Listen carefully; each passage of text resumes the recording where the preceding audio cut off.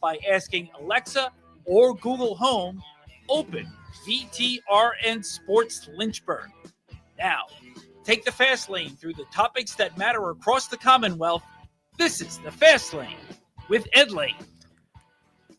Well, that was interesting. It threw a wrinkle because we were going to start the Fast Lane with kind of a Fast Five at Five-ish observations from ACC kickoff to kind of put a bow on that as we transition middle of this week. Liberty begins practice Wednesday. Virginia Tech as well, starting their training camps this week, and the Washington Commanders are already underway. So, we're basically here, the end of summer, the start of football season, as conference media days are generally that, especially when it's ACC kickoff and then kind of the overlap with the Sun Belt Conference, JMU and ODU, and Conference USA with Liberty University. But then Bubba Wallace decided to make things interesting at the Brickyard 400. And this win is so hard to state the level of impact on a couple of different levels. Trey, you and Ty discussed it in the morning warm-up today. Morning warm-up, wherever you listen to podcasts, although I think there needs to be some troubleshooting with Apple Podcasts. Oh, I was going to say it's out now. Yes. Well, eventually we'll get there.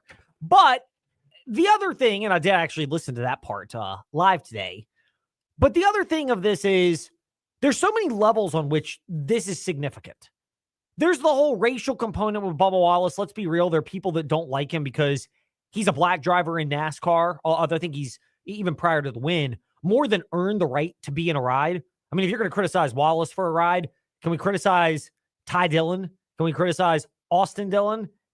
Ty Gibbs is close to getting to victory lane, but he hadn't done it yet. Can we criticize other drivers who've underperformed but somehow always seem to stick around and don't have the level of success that Bubba Wallace has had? Or maybe it's the circumstances that have benefited them. So I lay off of it from Bubba Wallace with that regard. But the other thing is, it's the way in which he won the Brickyard 400. Now, this is not a track. Racing at Indianapolis Motor Speedway. For IndyCar, there's passing, there's excitement. For NASCAR, let's contextualize it. It's more about the significance of the venue than the quality of the racing. I mean, if you're talking about just good side-by-side action, I think it's kind of meh, if you want to be real. But when you're talking about the broader part, that's the thing I would go and so far as to say from a broader level, there's motorsport significance winning. And then there's the fact that because of that, the best drivers in NASCAR do care about winning this particular event.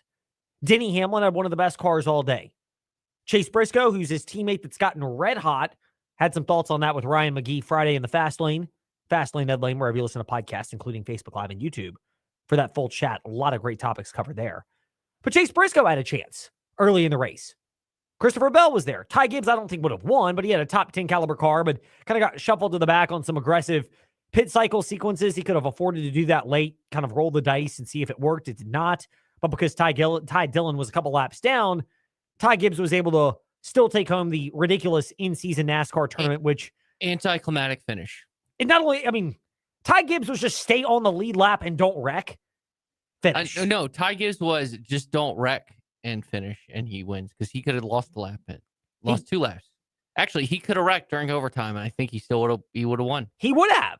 That's the funny thing about this, is Ty Gibbs could have won by wrecking in overtime. Any of those overtime restarts. He could have pulled a Mark Martin, which could be a guest on Happy Hour on Tuesday at 7 p.m. on the Front Stretch YouTube channel. I cannot. Are you going to be part of that this time? I'm not. No. I'm not. So, no, but I have a good guest for bringing the heat with Trey Lyle this week. I cannot wait to hear that. So I have Lee Diffie from NBC. So that's a nice get, Trey. That's a really good get. So to sum this back up, he could have pulled a Mark Martin, who infamously, with 1 lap to go, thinking he already won the race, pulled into pit lane and didn't end up winning. Ty Gibbs could have pulled into pit lane, parked the car, and would have still won the in-season challenge. He could have started celebrating while the race was still going on. It would have been ridiculous to do that, but it could have happened. By the way, as stated this morning, I know they talked about him getting the money, which technically, since he's sort of the owner of Joe Gibbs Racing by the way of he'll eventually inherit it. Yeah, he doesn't actually get the $1 million, but NASCAR doesn't want to tell you that, even though they said on Monday that the owner gets the $1 million payout, not the actual driver. I mean, it could theoretically be used to boost the worth and the caliber of Joe Gibbs Racing, which, they need another $1 million. I mean, they kind of don't, but they will use it, and we'll see where this thing ends up going for them. I do think it was classy, Ty Gibbs offering $10,000 to Ty Dillon's charity of choice. That was a pretty cool gesture at the end when they interviewed him. But, I mean, the real significance was Bubba Wallace's win. And there's multiple angles. First of all, the driver angle. Here's how the restart sounded on TNT with the overtimes and how it unfolded. Trying to win his way to the postseason. So 5 back, have a small run, be ready for the late dive. Larson with a bit of momentum down the back straightaway. It's not going to be enough. Does Bubba Wallace have enough fuel? Hamlin is around Byron for third. Byron's out of fuel, Steve. 24 is out. Will the 23 make it? They were both so close. Here they come off of turn 4. The Brickyard belongs to Bubba. Wallace wins at Indy, and he's going to the playoffs. Unbelievable. Unbelievable. Thank you so much.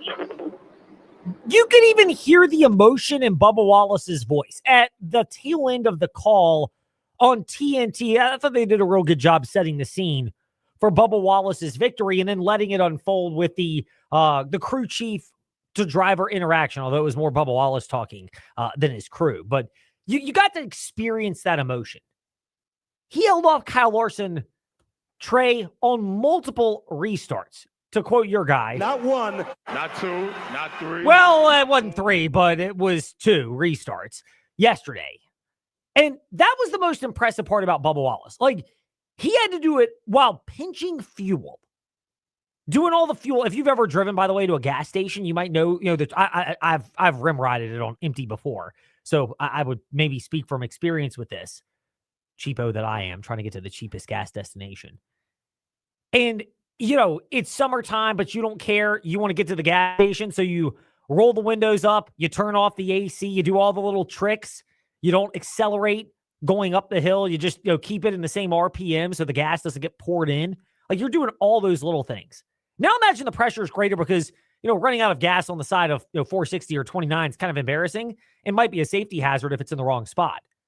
But when you do so where you have a chance to win, literally your way into the NASCAR playoffs if you're Bubba Wallace. And you have a chance to get your third Cup victory at a crown jewel event, no less. And to do so when the 2 drivers behind you are arguably the 2 best drivers in the regular season. Now, Kyle Larson's been in a slump, but he can flip the switch at any point. Many people would argue he is still the most talented driver in motorsports right now. I think you can make a compelling case for that.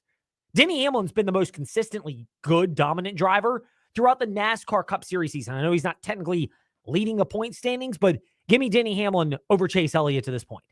And to hold both of them off, that's impressive for Bubba Wallace. For as much hate as he has gotten, and fans have subjected him to their ire for different types of victories, it's a different kind of big boy victory than Denny Hamlin had over Chase Briscoe at Dover last week. Because Denny Hamlin was racing against a teammate. But Denny Hamlin was all older tires at the Monster Mile, not Bristol, but at the Monster Mile at Dover last week. And Denny Hamlin stepped up and still found a way to get the win. Bubba Wallace had Hamlin and Larson breathing down his neck at the end of that race. To get the victory was impressive and justifiable with the amount of emotion that Bubba Wallace showed, considering that he was booed one of the loudest boos that cascaded down at the Brickyard 400 at Indianapolis Motor Speedway in driver introductions yesterday. Here's how Bubba Wallace reacted, very emotional, with his son and his wife joining him in victory lane. What does this moment mean as you're going to hand it back to Amanda, tears in her eyes. What does this moment mean to have the family here and to celebrate now as an Indianapolis winner? Unbelievable. To win here at the Brickyard, knowing how big this race is, knowing all the noise that's going on in the background, to set that all aside is a testament to these people here on this 23 team. It's been getting old running on the cut line. Yeah, you have a lot of detractors to your career, Bubba, and what would you say to those folks right now? It don't matter. I'm already winning at life. I got the best wife, the best kid. People are always going to say something. I am excited to see how far the goalpost has moved. So I get to go and chase that now. So how many days since my last win? That's right. 100 since his last win, and Zero. It's zero. Yeah, now it's zero. That's right for Bubba Wallace. He wins the Brickyard 400. And by the way, welcome to the playoffs as well for the 23 team. So it's funny because, Bubba Wallace goes 0. Actually, technically, it was still 100 because he has to pass post-race inspection, and he had not passed it when that interview was conducted. Don't ruin that bar. That was a bar. Those last 2 lines were a bar. I mean, look, I'm just keeping it real, Trey. You know But how he I already roll in the did. fast lane. I mean, come on, Ed. You never.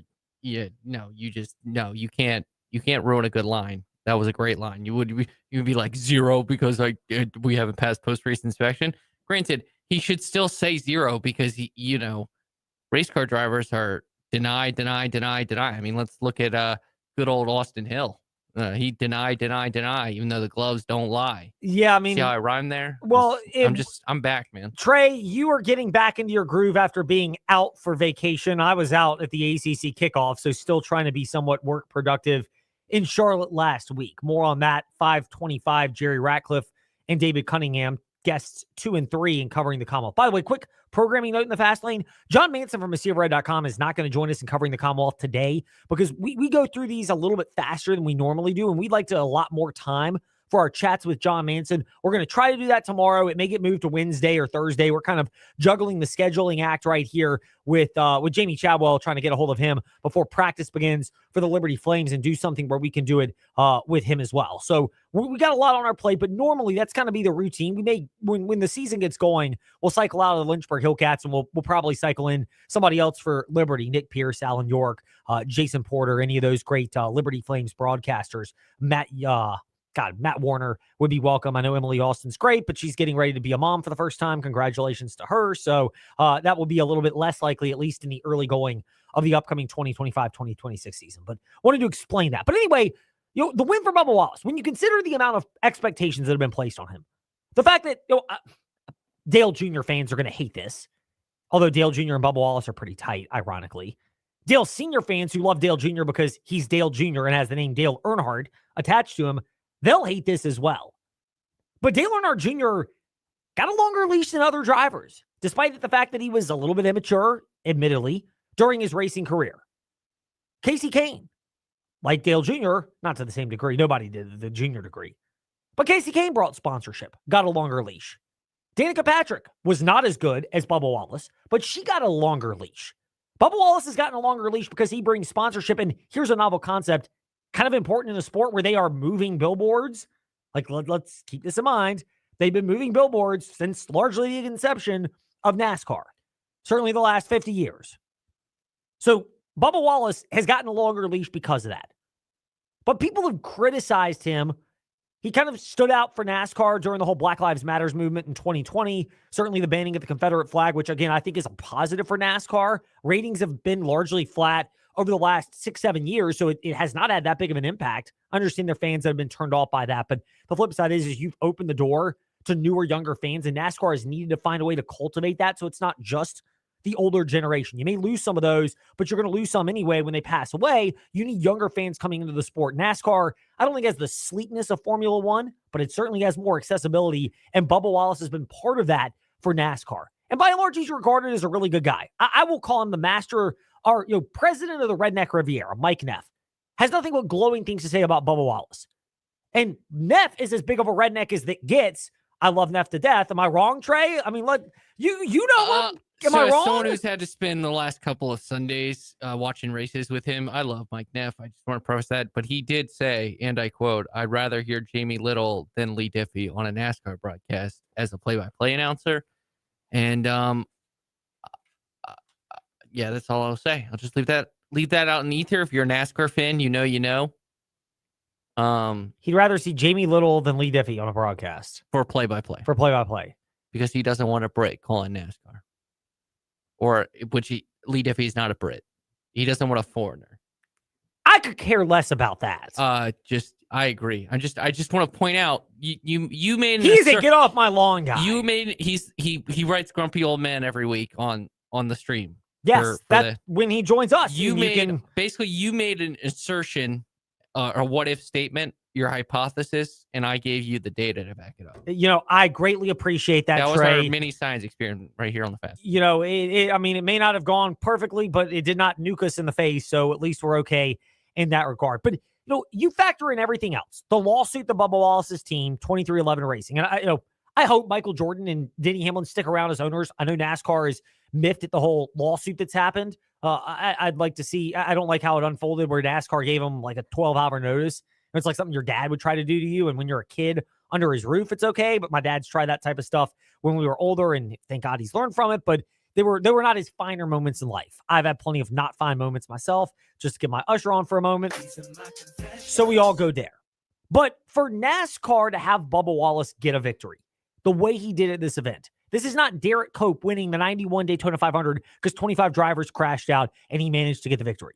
Like, this is a legitimate win from a guy that was a top 5 caliber driver. And yes, there was some strategy at play, but when you hold off Kyle Larson and Which Denny is Hamlin, all Indy. yes, but that's how much Indy is. And Bubba Wallace executed it. And even then, if he was not deserving, Kyle Larson would have found a way to pass him. Denny Hamlin would have found a way to pass him. And to hold both of them off with late race restarts, while you're trying to manage fuel, knowing you could run out at any moment and the pressure's there, that's an impressive victory. And it's number 3 for Bubba Wallace. Give him that. Is he the driver that I'm going to go, oh, he's the favorite to win the championship this year? No, I don't put him in that category. He might not even make it out of the first round of the NASCAR playoffs. Maybe he does. Maybe he doesn't. We'll see how that goes. But, it's unlikely he'll make it to the championship 4 this year, which is, I think, as much of a barometer because that's a one race. I don't know, dude. Joey Logano was like the 15th best driver, and I'd argue Bubba was better than Joey Logano last year and he won the title. So from a consistency level, I will say this. I think 3 is always a good barometer in terms of 3 wins of like a sustained, successful NASCAR career. Because I think it's like of all the winners in the history of NASCAR, it's like some crazy only 20% have won 3 times. It's a absurd stat. And let's add to the fact that if literally the most pop-up rain shower in the history of not in the history of rain showers, but one of those random pop-up rain showers pops in where it's so pop-up that literally no one at the track knew it was there because they couldn't see it on the radar. If that doesn't happen, he wins the race straight up. He wins the race straight up, and it's over. He had a big enough gap between him and Kyle Larson where the only reason why it became a factor he was going to lose was because of the 2 overtimes. Correct. But even with that, when the adversity he even did it, and he even straight up won, and it's not another outside, and he's been close to winning a Daytona 500. He's been on a pole for a Southern 500. This is not like a run-of-the-mill racetrack. This is, no offense where they're going this weekend in Iowa. It's going to be a good race. It's a short track. This is the biggest racetrack on the world. And now he puts himself in a category with only one other human in terms of there have been only 2 black drivers to win at Indianapolis Motor Speedway. It's Bubba Wallace and maybe the greatest racing driver of all time, Lewis Hamilton. That's it. That's the list. At Indy, the biggest racetrack in the world, most prestigious racetrack in the world. Just start there. That's my point. That's well said, Trey. But I think the bigger point that I will even make is there's a lot of noise around Bubba Wallace. There are a lot of detractors out there. But the fact of the matter is this guy's legitimately worthy of winning at the NASCAR level and has shown that consistently time and time again. We'll get to the in case you missed it stuff tomorrow in the Fast Lane. When we return, we're loaded up with your teams and topics in covering the Commonwealth. JMU getting ready to start practice, but big developments at the quarterback position might impact some bets that I made on the JMU Dukes when I was in North Carolina and Illinois over the last couple of months, because, when you travel, you can kind of do that. So we'll get the thoughts of Shane Metlin. Then UVA and Tech. Presence was felt at the ACC kickoff. What does Jerry Ratcliffe and David Cunningham make of it? They'll share with us next.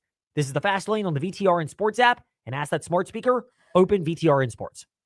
The savings are huge at the big summer sales event going on now at Magic City Chrysler Dodge Jeep Ram in Bedford. Save up to $10,400 off MSRP on a new 2025 Ram 1500, or save up to $7,700 off MSRP on a new 2025 Jeep Grand Cherokee Limited. Plus, we have over 230 incredible pre-owned vehicles in stock, marked with huge discounts. Don't miss our big summer sales event at Magic City Chrysler Dodge Jeep Ram in Bedford, 1750 Independence Boulevard, MagicCityBedford.com.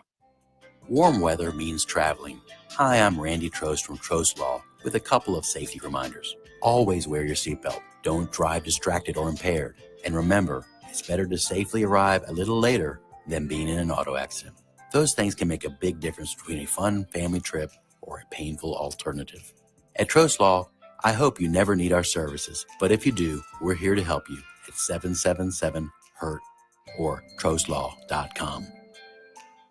Your home is more than just walls and windows. It's where life happens. And at Right Choice Construction, we get that. We're not just builders. We're fathers, mothers, neighbors, just like you.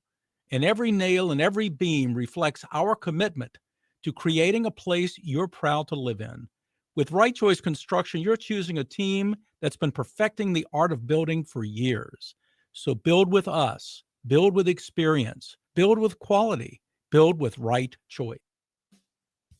The Salem Red Sox come to town July 29th through August 3rd, and the Lynchburg Hillcats are bringing fun for every age. On Friday, make sure to get to the gates early as we'll have another special giveaway for you.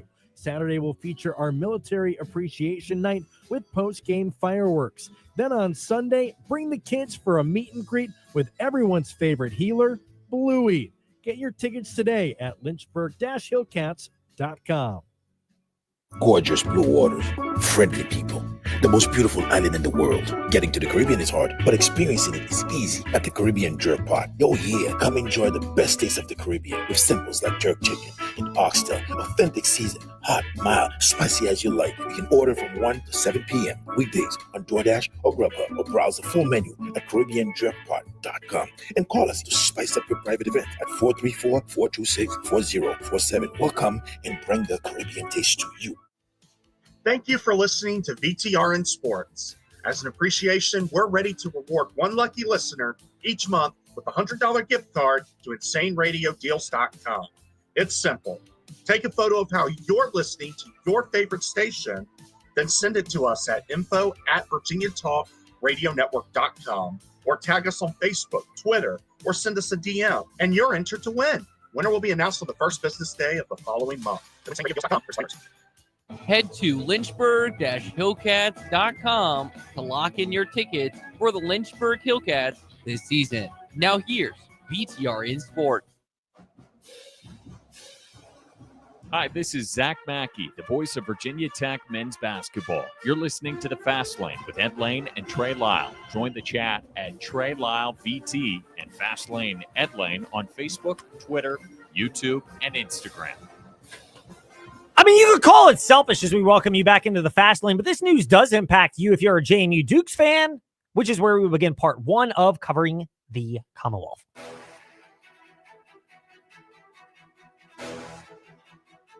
It's time for your teams and topics. Covering the Commonwealth, a look at teams and topics from around the Commonwealth. Let's start with the JMU Dukes. The news that he still has not been cleared for contact. Alonzo Barnett, quarterback for the JMU Dukes. Shane Metlin covers them, DNRonline.com. He and his colleague Katie Harper are all over these developments and more. How big of a development is it, Shane, as we welcome you back into the Fast Lane? Hope you've been well. That Alonzo Barnett not yet cleared for contact with the JMU Dukes. I wouldn't call it a big development, really, at this point. That's to be expected. It would be a shock if he was cleared for contact at this point. Whether or not he is before week one of the season, I think is the bigger question. It seems like there's maybe more of a chance of that happening than we would have thought a few weeks ago, even.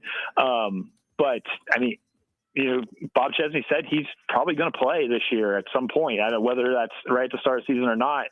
I don't know. But, I wouldn't really expect him to be out there taking hits right now. Well, a lot of this also is preseason play as well. How much of that's the reality that there are no preseason games? It's preseason play, and we got a month to go. So, even if Alonzo Barnett is cleared for more strenuous team activities, I mean, most of these quarterbacks are not getting hit in fall camp.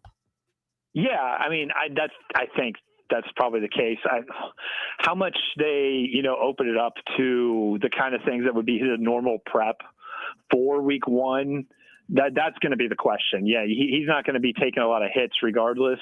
Matt Sluka or Camden Coleman, anybody wearing a quarterback's jersey out there is not going to do a lot of being hit. But we'll just kind of have to wait and see just how quickly things end up developing and, what it looks like when they take the practice field here in a few days. Shane Mettlen with us here in the Fast Lane. So, Shane, are you telling me that my 4-1 ticket on JMU to win the Sun Belt, my over 7.5 and over 8.5 wins, and my 13-1 flyer on them to make the college football playoff, bets that I may have placed over the last couple months when I was in Illinois and North Carolina, because it's a lot easier to do it in those places, that those are bets that I should not be fretting, and JMU fans that are anticipating a dream season should not be worried either. No, I don't think so. I mean, it's the same odds that it probably were when you placed that bet. I would say, maybe even better. I think there's a better chance of Alonzo Barnett playing at some point this season now than there probably was even a couple months ago. Assuming, you mentioned that there's better odds, how much more comfortable should Duke fans be with the idea of Matt Saluka maybe being, if not the starter in the early going, somebody that's familiar enough with Bob Chesney that Saluka could come in there and pilot this offense, especially in the early going of the year? Yeah, I mean, that just really makes it interesting. And, he was probably the favorite to start with no Barnett on the table. But, I don't think it was necessarily a foregone conclusion. He would definitely start over, a guy like Camden Coleman from Richmond. But, if all of the quarterbacks are healthy, then they just have that many more options. And at that point, then it's definitely the best one wins the job is the one you're going to see on the field. And if it's not Sluka as the QB1, then I think there's a real possibility that, you see packages for him, you see them do some special things for him because his skill set is unique.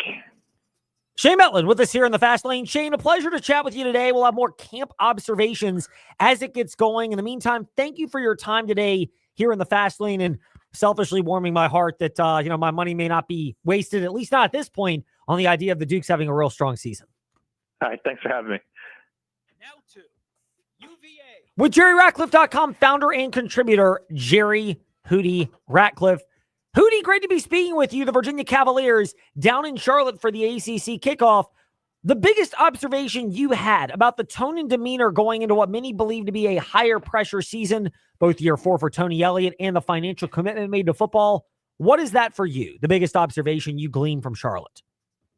Well, not just Charlotte, Ed, but also in our meeting with individual assistant coaches on Friday, I don't think I've seen Virginia football staff this excited and this positive in quite a long time. And, talking to various assistant coaches, one of the main themes I got from these guys was that in their coaching experiences, not just here, but even before, because of the NIL package they were able to present to prospects in the off season, they said it's like day and night to anything that they've ever experienced before. So the fact that they have playable depth, experienced depth at every position on the field has these guys fired up and really enthusiastic for the season. And to me, if you're a Virginia fan, that's got to be a really positive, good sign. What worry, if any, Jerry, should Virginia Cavalier fans have about these pieces gelling together when you have this many transfers? And let's keep it real, the financial investment that was made for this football roster.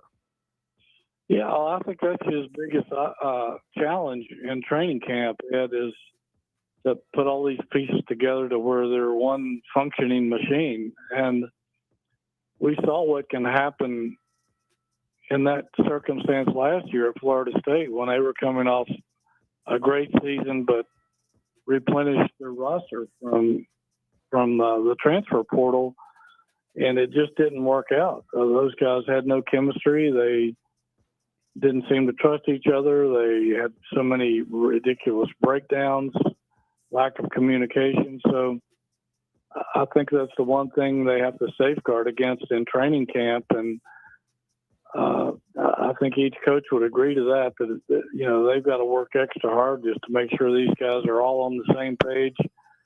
Chemistry seems to be pretty good from what we've gathered. It seems like the players are hanging out a lot together off the field during the off season, but that's clearly the biggest obstacle right now is making it all work, putting it all together.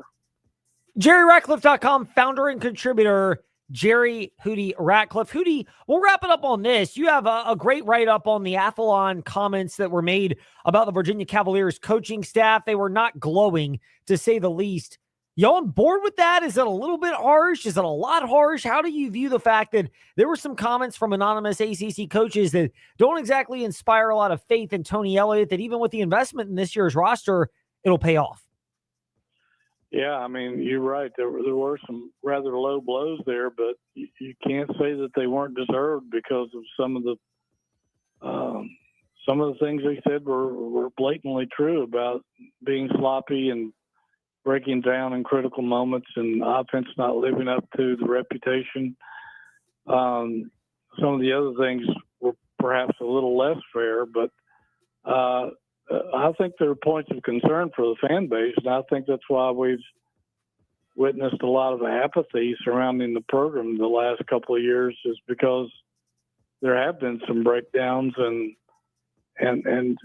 games, close games they've lost, that frankly they shouldn't have lost, and or otherwise we probably wouldn't even be having this conversation. So I think there was some of that was warranted, and some of it was probably just some cheap shots from people who would like to see one of their rivals go down. But I think it's still an alarming thing that makes the fans approach the season with cautious optimism.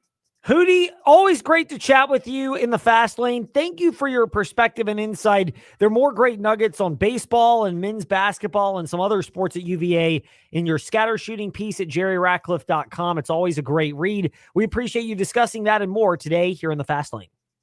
Great to be with you, Ed. See you next time.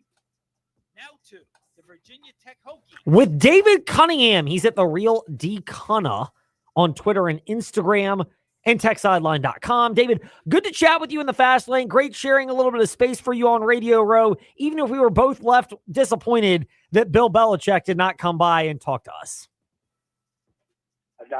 I'm not very surprised, but yeah, that's I guess that's why all the security was there. They certainly beefed up security last week. It was amusing. It's like there was a presidential figure or someone from the royal family in one of these foreign countries that was there, and instead it's just a football coach of the North Carolina Tar Heels. And the second runner-up to Miss Maine might have been there. They had to take precautions, man. She did not show up, but I guess when you think about that, Trey, that's a good point. It really is. Absolutely. She's probably the most important figure that could have been there had Carolina brought everybody. If she did, all of a sudden we would have been famous on TMZ. Everyone would know about TechSideline.com and the Virginia Talk Radio Network because our logos would have been emblazoned along with many others at TMZsports.com or whatever the site is. But alas, we have to hold off for a different day. Speaking of things that were emblazoned in your mind, what did Brent Pry and the other Hokie players, quarterback Kyron Drones, wideout Donovan Green, defensive tackle Kelvin Gilliam, and linebacker Jaden Keller, what of what they said has still resonated with you now that you've had a chance to get back to Blacksburg, we pray safely, and you've digested this? Yeah, Ed, we talked about this on our podcast that we posted earlier today and recorded this afternoon, my colleagues and I. Some of the biggest takeaways. I think the Hokies have come to the realization, they had a good offseason, but they came to the realization and gained new perspective after last season didn't go their way. You heard guys like Kyron Drones and Kelvin Gilliam talk about how last year's team wasn't really a team. There were a lot of cliques. The guys didn't really spend time together, meaning the offense and defense didn't hang out together. They hung out in their own cliques. And cliques was a word that was used by players. And Brent Pry, I think, has taken accountability.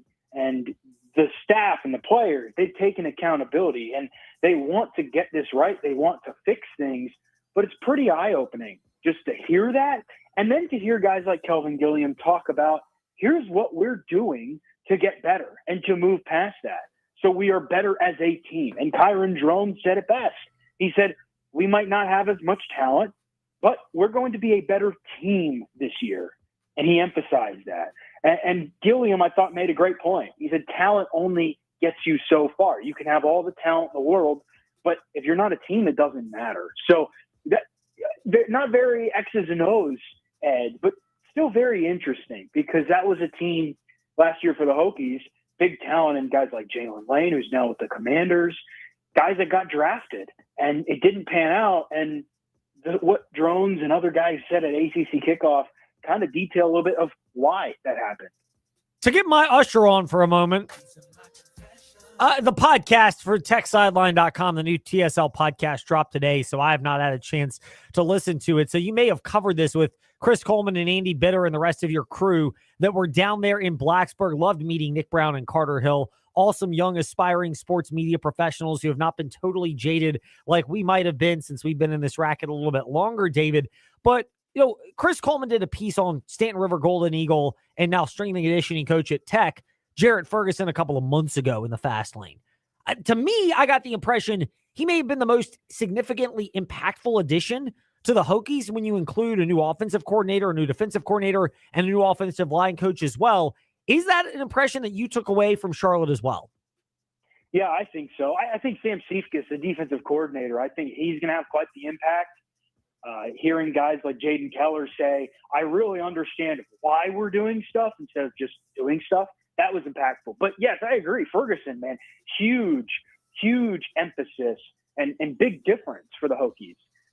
You hear guys talk about how they're actually being pushed in the weight room, which as players, they probably don't like it, but it's what needs to happen. You need to be challenged. You need to be pushed.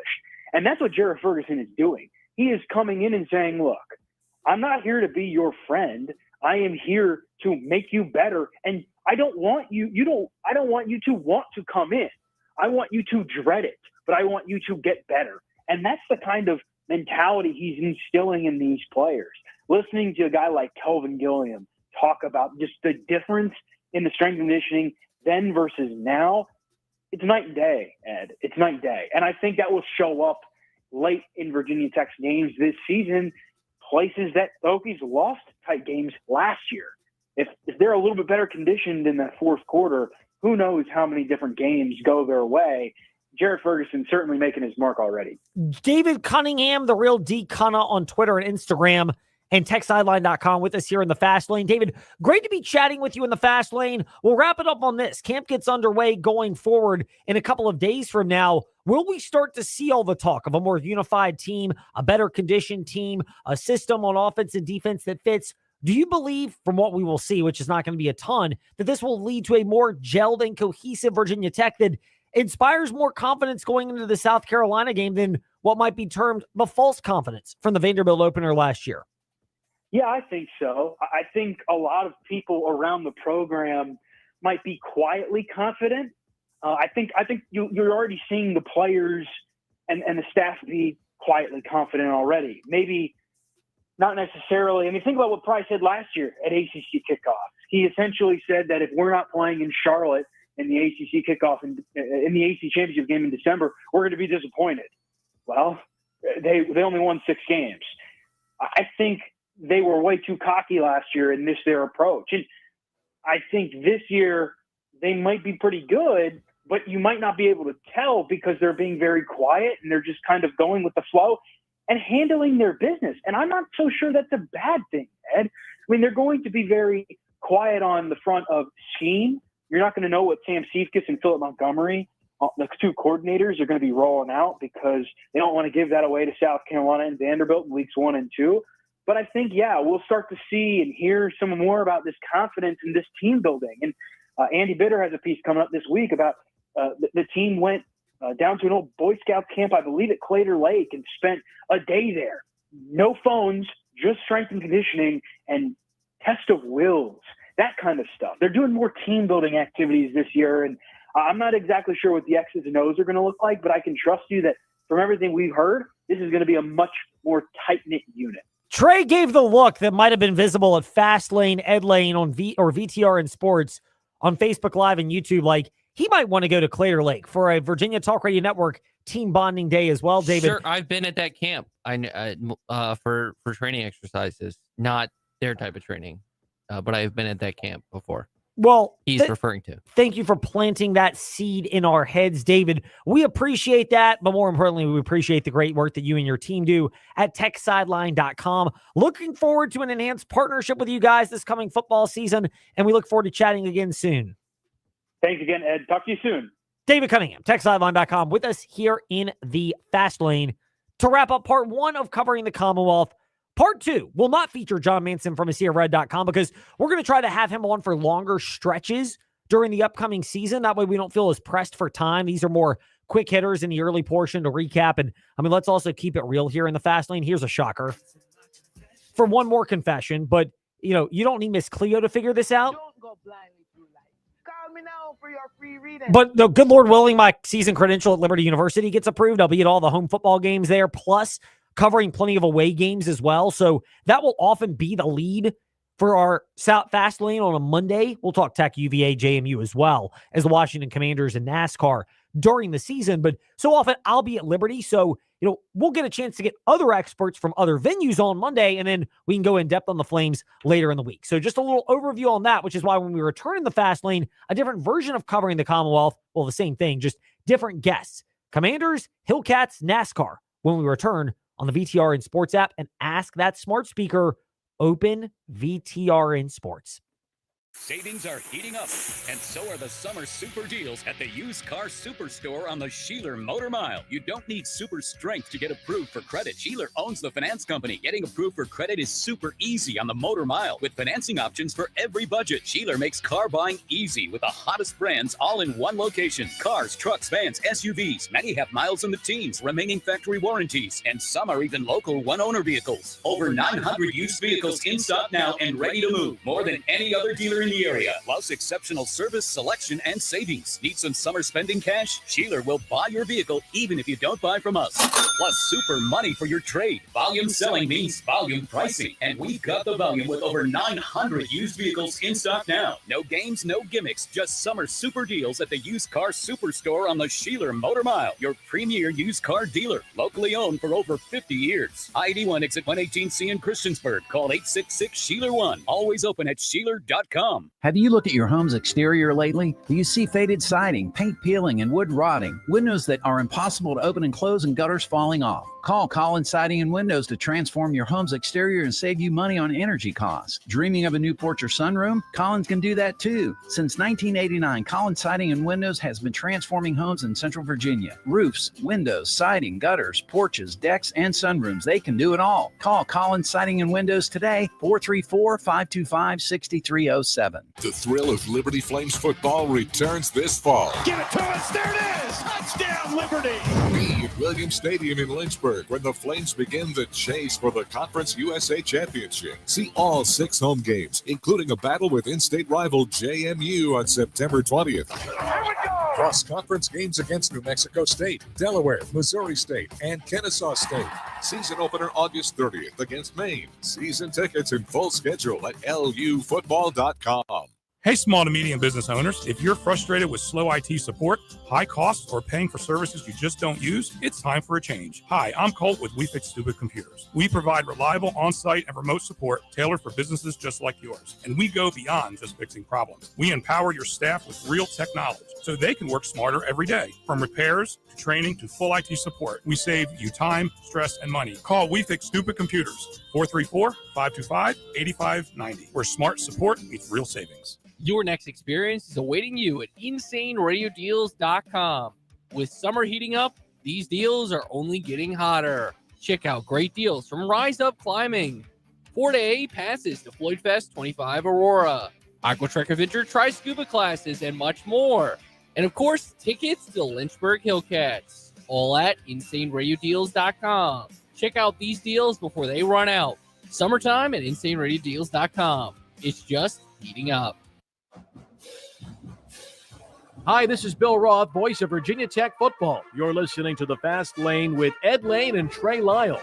Join the chat at Trey Lyle VT and Fast Lane Ed Lane on Facebook, Twitter, YouTube, and Instagram. So where we are right now is Bubba Wallace getting a victory at the Brickyard 400. We dispelled the concept that this is a fluke win that deserves criticism earlier in the Fast Lane.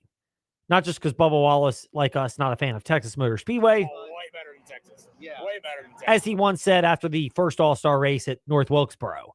But the fact that, the way he won yesterday was the telling part. As LeBron would remind us, Not one, but two restarts, and before that, he had to surge to the lead, and he did. That's a big boy victory at the Brickyard 400. I get it. It's hard to pass. It's hard to pass anywhere, but you have Kyle Larson and Denny Hamlin, the top two favorites right now, betting-wise and justifiably, to win the NASCAR championship according to the sportsbook odds. They are breathing down Wallace's neck, and he held both of them at bay to get the victory. That's why it's so big. Does our next guest agree? Find out now in part 2 of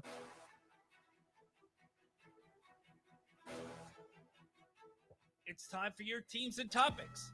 Covering the Commonwealth, a look at teams and topics from around the Commonwealth. Let's start with NASCAR. Steven Stumpf of FrontStretch.com. Steven, do you agree that it's not just the fact that Bubba Wallace won the Brickyard 400, but the way in which he won and the two drivers that he held off that deserve the praise that we and some others have heaped upon him for the Brickyard 400 victory yesterday at Indianapolis? Caution for rain didn't come out, and he won by 3 seconds over Larson like he was going to do if it stayed green. I think he deserved praise there too. Yes, Indy is hard to pass, but everyone knows that year after year. It's the way this track stock cars. But he qualified second. They ran up front all day. They had the best strategy. It's a team victory, but Bubba still to drive the car. But yes, I do agree that the way he won at the end was really impressive, because not only do you have, it's not only Kyle Larson, Denny Hamlin, but it's the defending winner of this race starting right alongside you, and you're all short on fuel too. So you had to balance that as well. And the race restarts to get tight, because if you start inside or outside, the other person on the other side is going to try and crowd you. So you still have to hit those as well. And and for Bubba to hold up Kyle, to save enough fuel to make it to the end, again, a really, really huge victory for him, and a very impressive one to end his 100 race drought. At Steven_Stumpf and FrontStretch.com for Steven's great work. He's talking NASCAR, Bubba Wallace winning Brickyard 400 yesterday. The reaction around it. There were boos before. There were a lot of cheers for those that stuck around at the Brickyard after the event. And then you were there, obviously, to cover it for FrontStretch.com. Between that and the reaction on social media with a lot of casual fans that captured the attention, how much is that something that's worth noting? The fact that, Chase Elliott's the most popular driver in NASCAR, but Bubba Wallace is probably the driver that's most likely to pierce Sports Center if he gets a victory. And the fact that he's the one who got the victory, this is the type of development. It's not going to happen every week, but when it does, it's good for NASCAR because it brings a different level of mainstream attention. I'd agree. And, the biggest thing also is that there was that big crowd that stayed behind for Bubba. He may, he may get mostly booed in driver intros, but he still clearly has a lot of fans as well.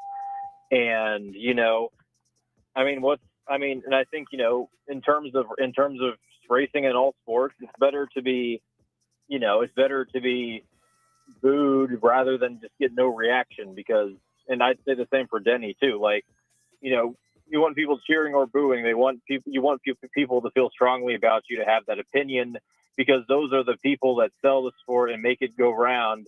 And, from a publicity standpoint, I think, Bubba Wallace winning is an absolutely great thing. It is. For NASCAR, it brings them that. And the fact that, you do it by holding off two of the best drivers right now in NASCAR, and Kyle Larson and Denny Hamlin, speaks more volumes to Bubba Wallace. The rest of the race, in particular, my guy, Ty Gibbs, winning the in-season championship. The one takeaway for me is I like the concept, but is it better to start it at a more traditional track and then sprinkle in wild cards like road courses and Atlanta where things can get jumbled up, rather than jumbling this thing up from the get-go the way we saw at Atlanta? And, again, I'm as in the tank for Ty Gibbs as anybody, but this thing was kind of screwy from the start. Yeah, I think I was excited about this at the start of the season. I still think it's a good thing for NASCAR overall, but it needs a major rework, because I wouldn't put it at Atlanta at all, because, upsets, it's just like in March Madness. Upsets are cool, but if you get to the later rounds and all of the favorites are gone, it's like it loses its appeal. It's not as interesting. You want the best drivers competing at the very end, and with Atlanta wiping out everyone, that's not what happened. And then, they had the alt cast, discussing the in-season challenge, but the main broadcast, I don't think it was touched on any enough. There wasn't even different like colors for drivers racing against each other on the ticker, even in the later rounds. It kind of just, a lot of times it kind of just felt like an afterthought. And I mean, part of that's because, again, so many people got eliminated after Atlanta, but it just felt like it wasn't as big of a deal as it should have been. I would agree with that, and this coming from the biggest Ty Gibbs apologist that you probably know. Steven, thank you for your time in the Fast Lane. We loved catching up and appreciate all the perspective you provide at frontstretch.com. Absolutely. Glad to be on, and I'll be reporting at Iowa next week as well.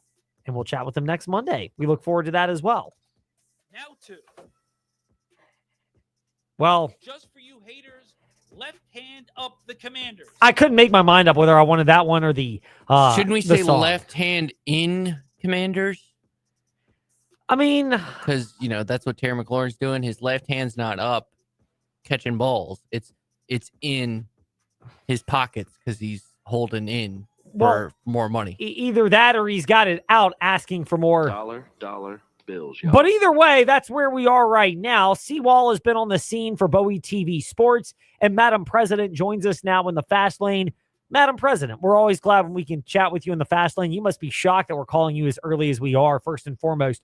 Are you as shocked that the holdout is over and now it's turned into holding in by Terry McLaurin, who's seemingly at the facility but not participating in the physical portion of team activities? I actually am shocked. I am very shocked that this has gone on this long, and that while Terry McLaurin is in the building, he is not outside with his teammates. Now, you mentioned the shock of how it's gone on overall. What's the mood like around the presence of Terry McLaurin with the Washington Commanders? Is it distraction level? Is it more he's there going through the motions, but just not the physical motions on the field? What's the vibe of how this is impacting the Commanders? It's not impacting the Commanders at all. I want to be very clear on that. Practices are going seamlessly. They're going well. The energy is there. The focus is there. They're doing what needs to be done in terms of all things practice. This is not at all a distraction to the team. It's probably more a distraction for the media and the fans that are in attendance at practice these last couple of days than anything. But the team and the staff, they're locked in. Candy Waller, our on-site reporter at Commanders training camp. Through day 5, they are through the physical portion of the activity. You mentioned the surprise. I think a lot of us are surprised that this thing has gone on into training camp. What's the big holdup? Is it contract language? Is it length? Is it the financial figures? Where do the Commanders and Terry McLaurin need to make progress and get on the same page? I think where I am assuming, based on the clues that I've been given, it is the number. It is the actual number of what Terry McLaurin is seeking per year, as well as guaranteed from the Commanders in this contract extension. It is very much the number that they are having a hard time to come to a mutual agreement upon. We will see how long this progresses. So far, for the Washington Commanders. Candy Waller is our on-site reporter for Bowie TV Sports, Madam President, hanging out with us today in the Fast Lane, and that in and of itself is always exciting when we get a chance to discuss her. We haven't had a chance to get you on in the last couple of weeks because of scheduling challenges, but the interesting thing with when a week or two ago, President Trump ruffled feathers by he might not allow and greenlight the funding for the Washington Commanders stadium to be built in DC. How important though is it to realize that the power for that, as our girl Melissa McCarthy would remind us, actually now resides with D.C. Mayor Muriel Bowser as opposed to President Trump, and therefore, I mean, he's the president. He could still, make things very chaotic, but it's not like it was before they came to this conclusion a couple of months ago. Absolutely. I mean, if we're all using our clues here. We ended up shortly thereafter, a couple days after that, then you start to hear that the D.C. City Council has a date set so that they can vote on the proposed stadium deal, which is slated to be on Friday, August the 1st.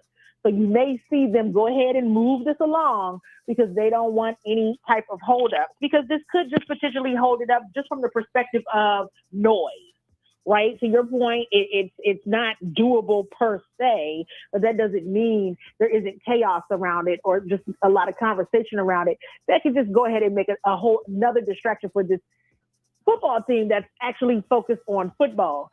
So there is a vote that is slated to happen this Friday, so we'll see what happens. Washington Commanders reporter Candy Waller, Seawall, with us here in the Fast Lane. Always great when we can chat. Seawall, thank you for giving us a little bit of time here in the Fast Lane. We look forward to speaking again soon on W227 BG Timberlake, WVGM AM Lynchburg, WMNA Gretna, Danville, Southside. Absolutely. I look forward to talking to you guys again soon. Last but not least, or maybe least, the Lynchburg Hillcats. With the play-by-play broadcaster, Jason Prill, with us in the Fast Lane. Jason, rhythm for the Hillcats. Has that been the hardest thing to find over these last couple of weeks since we spoke? There have been a number of games that have been postponed for the Hillcats, and as much as rain has impacted things in the Hill City, it's almost like it's following the Hillcats around too, because they've been at Fredericksburg and Delmarva the last couple of weeks, and there have been games, both those series have had a number of games where weather has played a role.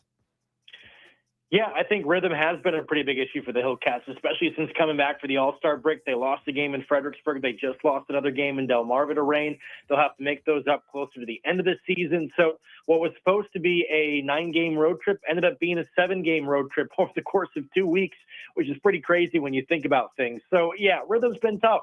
And you think about a guy like Melquise Hernandez, he's had 2 starts scratched, maybe even 3 over the last 2 weeks. That's tough to find a rhythm if they don't know what days they're going to be pitching.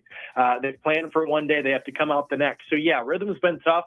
It's hard to get guys motivated when there's rain in the It's easy for them to check out and kind of lose their focus. How much has that been exacerbated, Jason, by the fact that, we'll go into the weeds for a moment in the Fast Lane. It feels like every day now, or at least every other day, I'm getting an email from this Jason Prill character on our FastLaneEdLane@gmail.com account with roster updates because, as great as the Hillcats' first season success was, a lot of guys have gotten called up. They've also called other guys back in as well. We're at that time of year where roster turnover is becoming more prevalent than it often is. Yeah, this weekend and next week, probably more than most at any point in the season, is when you're going to start seeing a lot of the roster changes. And the guys know that. It's in the back of their mind, whether they want to admit to it. I mean, a lot of the guys, everyone's dream is to get called up, so they're hoping and they're praying to get called up. And when they don't hear their name called, then they get a little disappointed and frustrated, and it takes a toll on them. When they see their buddies get called up, it can be alarming at times. There are guys who are getting cut right now. There's just so much roster movement. And with the trade deadline right around the corner, I mean, the adage for minor league baseball is you're not playing for the organization you signed for. You're playing for 29 other teams as an audition tape. So you're really going out there. You're trying to prove yourself. And for many, this is maybe the last chance before the trade deadline that they'll get an opportunity to see if they're warranted being tossed into a trade package.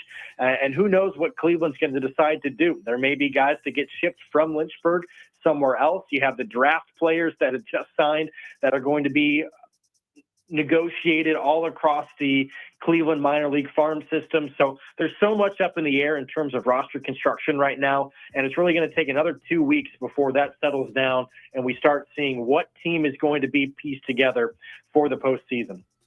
Jason Prill at Jasperl19 and play-by-play broadcaster for the Lynchburg Hillcats with us in the Fast Lane. Jason, great to chat as always. Thank you again for your time. We appreciate it, and we'll be speaking again soon. Absolutely. Thank you. Anytime, Ed. It is our pleasure. Jason Prill to wrap up the Fast Lane. Trey, how shocked are you? I know we went over, but not by as much as we normally do. Ed, I'm proud of you.